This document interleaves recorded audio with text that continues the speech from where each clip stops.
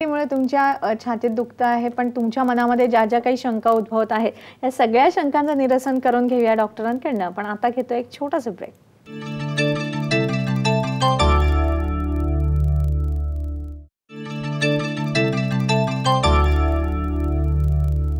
ब्रेकनंतर पुन्हा एकदा आपल्या सर्वांचं मनपूर्वक स्वागत. माहिती करून घेत आहोत ती आपल्या हृदयरोग प्रतिबंधनासाठी म्हणून आपण कार्डिओ प्रोटेक्टिव्ह थेरपीची ही जी थेरपी आहे, उपचार पद्धती आहे माधव बागेची, ती कशी आपण उपयोगात आणू शकतो किंवा तिचा फायदा आपल्याला कसा होतो हे समजावून सांगत आहे माधव बागेचे संचालक डॉक्टर रोहित माधव साने. ब्रेकवर जाण्यापूर्वी श्याम यांनी जो प्रश्न विचारला होता श्रीरामपूरहून, त्यांनी असं म्हटलं होतं सर की त्यांच्या छातीत दुखते पण त्यांना ॲसिडिटीचा त्रास खूप आहे. तर काही असो, छातीत दुखायला लागले की प्रत्येकाच्या मनात भीती असते, ती म्हणजे एक हृदयविकाराची. सर आपण ह्यांना काय सांगाल? रिसर्चचं क्लिअर कट म्हणणं आहे की 90-99% वेळा आपल्या छातीत जे दुखतं ते नॉर्मली हृदयाचं नसतं. पण आता हा प्रश्न नेहमी आपल्या समोर राहतो की तो 1% आपल्या हृदयाचं दुखणं आहे की नाही हे कसं ओळखायचं. तर सिंपल साधी गोष्ट, एक सिंपल ECG काढून घेणे ज्या वेळेला आपल्याला दुखत असतं त्यावेळेला. आत्ता जसं त्यांनी विचारलं श्यामनी की मला छातीत जे काही दुखतं हे ॲसिडिटीचं आहे, हे आपल्याला क्लिअर कट कळलेलं आहे, ह्याच्यावरती काही उपाय आहे का? तर सरळ सिंपल साधे उपाय असू शकतात. नॉर्मली ॲसिडिटी का होते? कारण का आपण जे जेवत असतो आणि आपल्या शरीरातली अग्नी म्हणजे पचवण्याची संस्था, ही जर दोन्ही गोष्टी जर मॅच झालेल्या नसतील तर आपल्या शरीरात आयदर अग्नी जास्त होते किंवा जेवण जेवलेलं अति प्रमाणात असतं. हे दोन्ही मिसमॅच झालेलं असेल तर ती अग्नी परत परत येऊन आपलं ते जेवण पचवण्याचा प्रयत्न करत असेल आणि समजा जर थोडीशी अग्नी जास्त झाली आणि आपल्या आतड्यांना तिने पचवायला सुरुवात केली की आपल्याला ते ॲसिडिटीचा त्रास तिथे जाणवत असतो. सो इथे नॉर्मल आपल्याला ॲसिडिटीची चिकित्सा करून आपल्याला ते कंट्रोलमध्ये आणता येऊ शकेल. पण इथे मी एवढंच सांगू इच्छितो की जेव्हा आपण हार्टला जेव्हा आपण विचार करत असतो की माझ्या छातीत दुखतंय का, तर हे दुखणं हृदयाचं असू शकेल का, तर बऱ्याच वेळेस ह्या ॲसिडिटीच्या प्रॉब्लेममुळे सुद्धा आपण एंडोथिलियमला डॅमेज करत असतो. सो इन दिस केस आपल्याला हे समजून घ्यायला हवं की आपल्याला एंडोथिलियमचं असेसमेंट करणं खूप गरजेचं आहे. कारण का एंडोथिलियम म्हणजे रक्तवाहिनीची आतली भिंत, ज्याला पित्त आपल्या शरीरातलं मारून टाकायचा प्रयत्न करत असतं, ती अग्नी मारून टाकायचा प्रयत्न करत असते. त्या अग्नीला जर आपण कंट्रोलमध्ये आणलं आणि या एंडोथिलियमला आपण शाबूत ठेवायचा प्रयत्न जर केलेला असेल तर आपण येणाऱ्या हृदयरोगाला सुद्धा आपण टाळू शकतो. नक्कीच. सर आतापर्यंत जसं तुम्ही सांगितलं या थेरपीबद्दल, तर या थेरपीमध्ये आहार विहाराचा किंवा आपल्या लाईफस्टाईल मॉडिफिकेशनचा काही समावेश असतो का? नेमकं कोणत्या पद्धती मध्ये ही थेरपी आपण पेशंट समोर आणतो? भरपूर मोठा संबंध असतो आहाराचा, विहाराचा, योगासनं, प्राणायाम, एक्सरसाइजेस, खूप भयंकर मोठा संबंध असतो या कार्डिओ प्रोटेक्टिव्ह प्रोग्राममध्ये. आपल्याला हे समजून घ्यायला हवं की हृदयरोग जर मला होऊन द्यायचा नसेल, जसे बऱ्याच वेळेस हा प्रश्न असतो की मला हृदयरोग होऊन द्यायचा नाही तर मी काय करायला हवं. तर साध्या साध्या गोष्टी आपल्याला लक्षात ठेवायला हव्यात. सर्वात पहिली गोष्ट म्हणजे माझी ब्लड शुगर जी आहे ती मला कंट्रोलमध्ये ठेवायला हवी. दुसरं माझं ब्लड प्रेशर जे आहे ते मला छान प्रकारे कंट्रोलमध्ये ठेवायला हवं.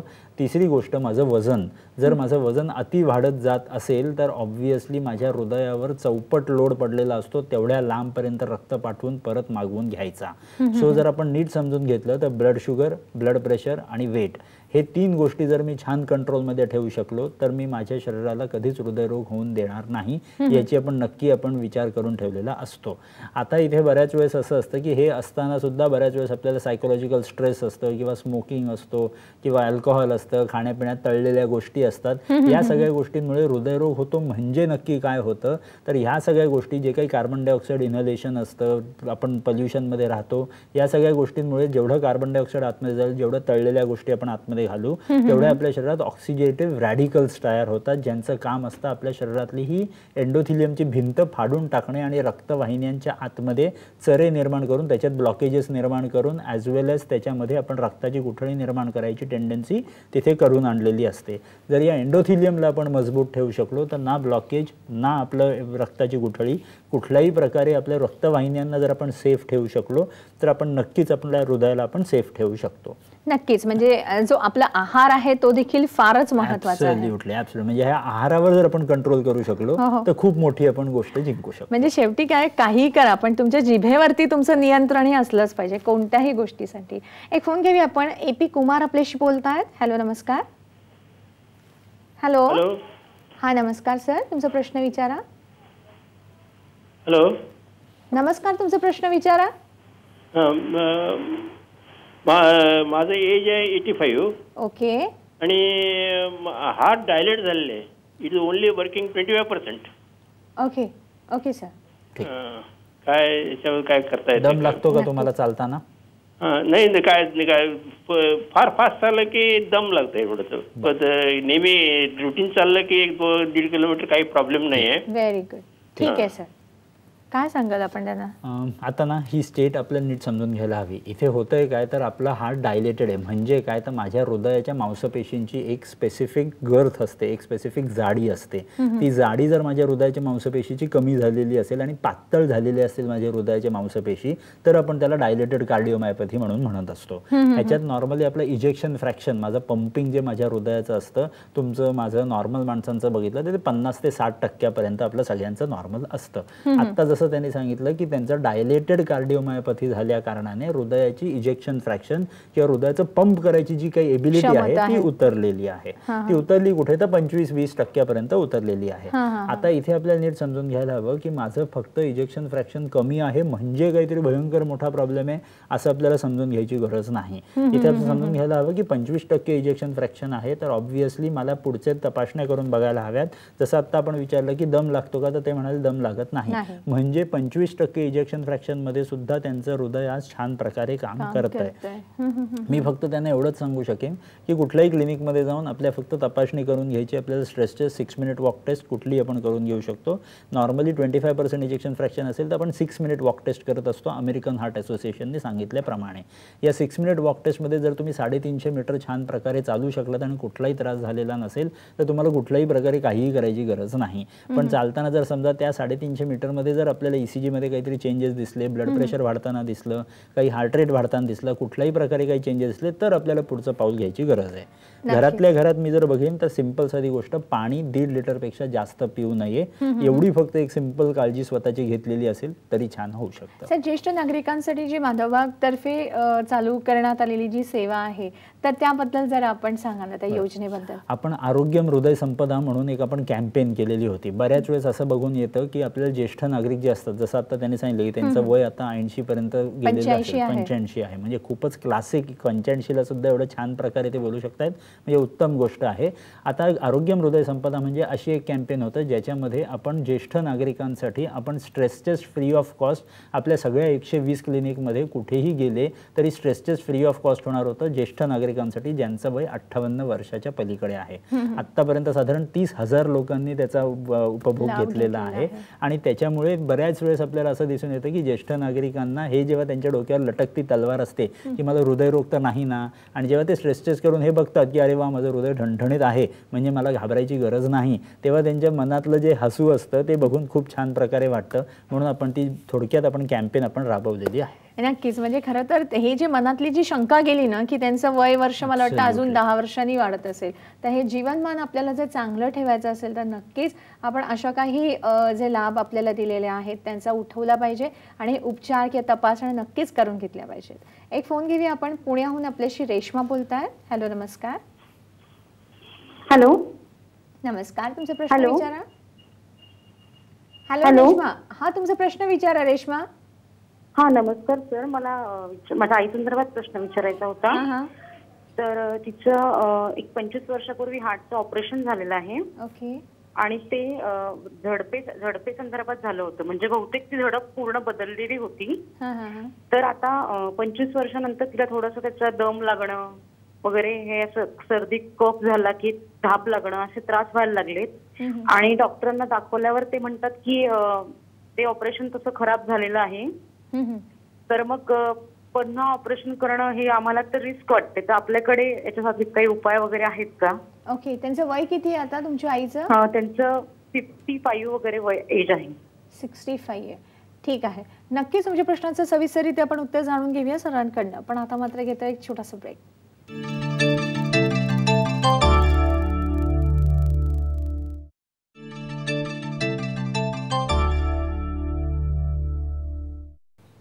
ब्रेकनंतर पुन्हा एकदा आपल्या सर्वांचं मनपूर्वक स्वागत. आज आपण माहिती करून घेत आहोत ती हृदयरोग प्रतिबंधनासाठी म्हणून आपण कार्डिओ प्रोटेक्टिव्ह थेरपी जी आहे माधवबागेची ती नेमकी काय आहे यावर आज आपल्याला मार्गदर्शन करत आहेत माधवबागेचे संचालक डॉक्टर रोहित माधव साने.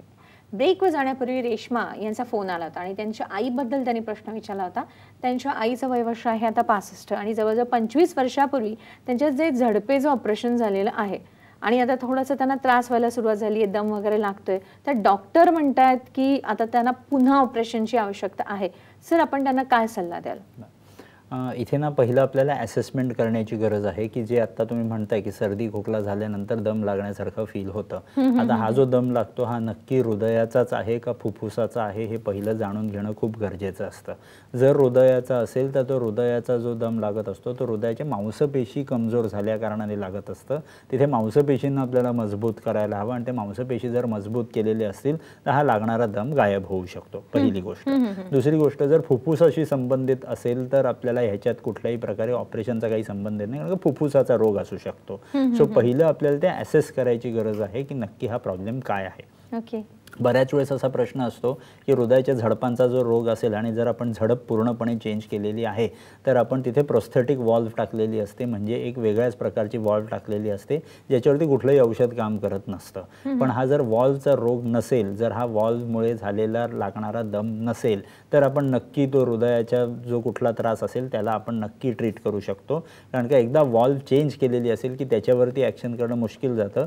म्हणून इथे पहिलं आपल्याला हे बघायची गरज आहे की आता जो दम लागतोय तो वॉल्व्हमुळे लागतोय, हृदयाच्या मांसपेशीमुळे लागतोय का आपल्याला फुफ्फुसांच्या कुठल्या तरी त्रासामुळे लागतोय. एकदा त्याचं उत्तर मिळालं की आपल्याला पुढचं चिकित्सा करणं जास्त सोपं जाऊ शकेल. सर, आता ही कार्डिओ प्रोटेक्टिव्ह थेरपी जी आहे तर ती करायला समजा तयार झालेला असेल रुग्ण, पण एक महत्त्वाचं म्हणजे साधारण किती कालावधीनंतर आपल्याला हे रिपीट केलं पाहिजे, वारंवार करायची गरज आहे का, किंवा किती वेळ लागतो ह्याच्यासाठी, अशा बऱ्याच गोष्टी त्या रुग्णाच्या डोक्यात.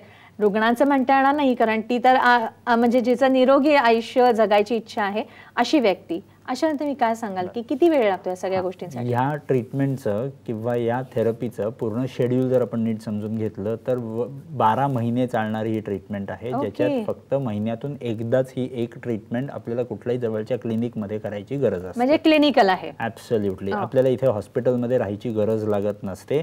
इथे जाऊन फक्त 1-1.5 तासाची ही ट्रीटमेंट असणार, तेवढं करून आपण घरी निघून जायचं असतं. तुमचं कुठल्याही सुट्टीच्या दिवशी सुद्धा तुम्ही जाऊन ते करून घेऊ शकता. आता इथे गोष्ट अशी असते की जेव्हा आपण कुठलाही रोग नसतो, आपल्याला स्वतःच्या शरीरात रोगाला आतमध्ये यायचं, आपल्याला थांबवायचं आहे म्हटलं की ही थेरपी करून घेणं तेवढंच सोपं ठेवायचा प्रयत्न होता. म्हणून आपण एवढं सोपं ठेवलेलं की महिन्यातून फक्त एकदा ही थेरपी करायची आहे आणि या थेरपीमध्ये जे काही विशिष्ट ऑइल आपण पूर्ण शरीराला आपण लावत असतो किंवा आपण जे काही स्वेदन देत असतो विशिष्ट काढ्याने, हे सगळं जसं आतमध्ये जिरतं ते जिरून आपल्या आतमध्ये जे काही एंडोथिलियम असतं, रक्तवाहिनीची आतली भिंत, ह्याला एकदा त्यांनी मजबूत करायला सुरुवात केली की महिन्यातून एक थेरपी, असं 12 महिन्याची ही थेरपी. सो दॅट मॉनिटरिंग सुद्धा असतं. आपण जे स्वतःला सवय घालत असतो, जेवणाला काय असायला हवं, आपलं व्यायामात काय असायला हवं, आपण लाईफस्टाईल मॉडिफाय कशी करायला हवी, टेन्शन स्ट्रेस जे आपण घेत असतो त्याचा आपल्या शरीरावर परिणाम कसा होत असतो, हे सगळं समजून घेण्याची थोडक्यात ही कार्डिओ प्रोटेक्टर थेरपी. नक्कीच. आणि मला वाटतं तिचा उपयोग मात्र फार होत असेल तर करून बघायला काही हरकत नाही आहे आपल्याला. एक फोन घेऊया आपण. अनिता शिंदे आपल्याशी बोलत आहेत पवईहून. हॅलो, नमस्कार. हॅलो हॅलो हॅलो, मी अनिता शिंदे बोलते पवईवरून. नमस्कार मॅडम, तुम्हाला पण नमस्कार. नमस्कार. हॅलो, आवाज बोला नाही का? येतो अनिता ताई, तुमचा प्रश्न विचारा. हॅलो, हा बोला. माझं वय 39 आहे आणि मला श्वासनाचा खूप त्रास होतो. त्याच्यासाठी मला सरांना विचारायचं होतं की कुठल्या टेस्ट करावे लागतील?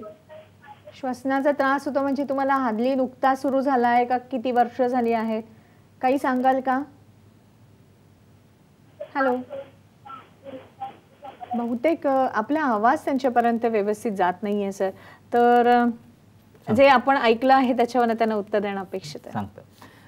कसं आहे, त्यांचा प्रश्न होता की श्वसनाचा त्रास होतो, वय साधारण 40च्या घरात आहे. आता आपल्याला समजून घ्यायला हवं की जर इथे श्वसनाचा त्रास होतोय तर श्वसनाचा त्रास फक्त हृदयामुळेच होतो, नॉट नेसेसरी. श्वसनाच्या त्रासासाठी बऱ्याच गोष्टी कारणीभूत असू शकतात. इथे पहिलं आपल्याला चेक करून घ्यायची गरज आहे की हा जो श्वसनाचा त्रास जो आहे तो कुठल्या तरी रोगामुळे आहे का, आपण सायकोलॉजिकली सुद्धा कधी कधी आपण टेन्शनमध्ये गेल्या कारणाने, आपण विचार जास्त केल्या कारणाने मोठा असा लांबडा श्वास आपल्याला घ्यावा लागत असतो. असतो. बऱ्याच वेळेस तो प्रॉब्लेम असतो, बऱ्याच वेळेस तो प्रॉब्लेम नसतो. आपण एकदा ती असेसमेंट करून घेतलेली असेल, आपण एकदा इन्व्हेस्टिगेट करून घेतलेलं असेल तर आपल्याला कळू शकतं की हा जो श्वसनाचा त्रास आहे खरा आहे का आपल्या सायकोलॉजिकल आहे. खरा असेल तर तो हृदयाचा आहे, फुफ्फुसाचा आहे का अजून वेगळ्या कुठल्या तरी कारणाचा आहे. त्याच्या अनुसार आपण थेरपी करू शकतो. पण जर इथे आपल्याला दिसून आलं की हा जो श्वसनाचा त्रास आहे हा हृदयाशी संबंधित आहे, की हृदयाच्या मांसपेशी आपल्या वीक झाल्या कारणाने आपल्याला जर श्वसनाचा त्रास होत असेल, जे आपल्याला स्ट्रेस टेस्टवरती आपल्याला कळून घेऊ शकतं, तसं जर असेल तर आपल्याला त्याच्या पुढची हार्ट फेलियर रिव्हर्सल थेरपी वगैरे आपल्याला करावी लागते. पण जर आपल्याला हे दिसून आलं की आपलं हृदय मस्त ठणठणीत आहे, फुफ्फुसांना पण कुठला त्रास नाहीये, पण आपल्या हृदयाच्या मांसपेशींमध्ये जेवढी ताकद, जेवढी मेट व्हॅल्यू, जेवढा VO2 max असायला पाहिजे तेवढा नसल्या कारणाने हा प्रॉब्लेम येतोय, आणि जर आपण व्यायामाने छान प्रकारे ह्याला कंट्रोल करणार असो तर इथे कार्डिओ प्रोटेक्टिव्ह थेरपी आपल्याला खूप छान प्रकारे काम करताना दिसू शकते. सर, जे हृदयरोगाचे जे म्हणजे रुग्ण असतात तर त्यांच्या ज्या हृदयविकाराची अवस्था असते ना त्या वेगवेगळ्या असू शकतात. मग त्यांच्या त्या अवस्थेप्रमाणे आणि त्या पेशंटच्या एकंदरीत राहणीमानाप्रमाणे किंवा त्याच्यावरती आपण प्रत्येकाचे उपचार ठरवत असतो का, किंवा वेगवेगळे उपचार असतात का, नेमकं काय असते सर? ॲब्सोल्युटली 101% वेगवेगळेच उपचार करावे लागतात. कसं असतं की एक साधंसं एक्झाम्पल घेऊया आपण डायबिटीजचं. जर डायबिटीज एखाद्या रुग्णाला असेल याचा अर्थ असा नाही की त्याला फक्त डायबिटीज आहे. डायबिटीजच्या मागे बरेचसे रोग लपून बसलेले असतात. जसं फॉर एक्झाम्पल डायबिटीज काय करू शकतं तर माझं रक्त जड करू शकतं, आणि जड केलेलं रक्त माझ्या एंडोथिलियमला त्रास देऊ शकतं, पहिली गोष्ट. दुसरी गोष्ट, तेच जड झालेलं रक्त जर माझं रक्त जड झालेलं असेल तर ऑब्व्हियसली माझ्या हृदयाच्या मांसपेशींवर दुप्पट काम करायचं लोड पडलेलं असतं. तिसरी गोष्ट, ते जड झालेलं रक्त जर माझ्या हृदयाच्या मांसपेशींकडे छान प्रकारे जो रक्तपुरवठा पोचायला पाहिजे होता तो जर बरोबर पोचत नसेल तर परत त्या हृदयाच्या मांसपेशींना रक्तपुरवठा कमी पडायला लागतो. अशा वेगवेगळ्या प्रकारे वेगवेगळ्या अवस्थांमध्ये आपल्यासमोर रुग्ण येत असतो. आपल्यासमोर खूप ते छान चॅलेंज असतं की आपल्याला पहिलं हे इन्व्हेस्टिगेट करायचं असतं, पहिलं आपल्याला डायग्नोज करायचं असतं की नक्की हा रोग कुठल्या लेवलला गेलेला आहे, आणि त्याच्या अनुसार आपल्याला चिकित्सा आपली प्लॅन करावी लागते. म्हणजे कस्टमाइज चिकित्सा आपण म्हणू शकतो. म्हणजे जसा रुग्ण असेल त्याप्रमाणे त्याला योग्य ती चिकित्सा देणं हे नक्कीच माधवबागेमध्ये केलं जातं. एक फोन घेतोय आपण. आपल्याशी मनीषा गावण बोलतायत कल्याणहून. हॅलो, नमस्कार. हॅलो. हा, हॅलो. हा, नमस्कार. तुमचा प्रश्न विचारा. हा, नमस्कार मॅडम. नमस्कार. मी प्रथम तुम्हा दोघांना माझा नमस्कार. नमस्कार. मला आता 1 महिन्यापासूनच त्रास झालाय.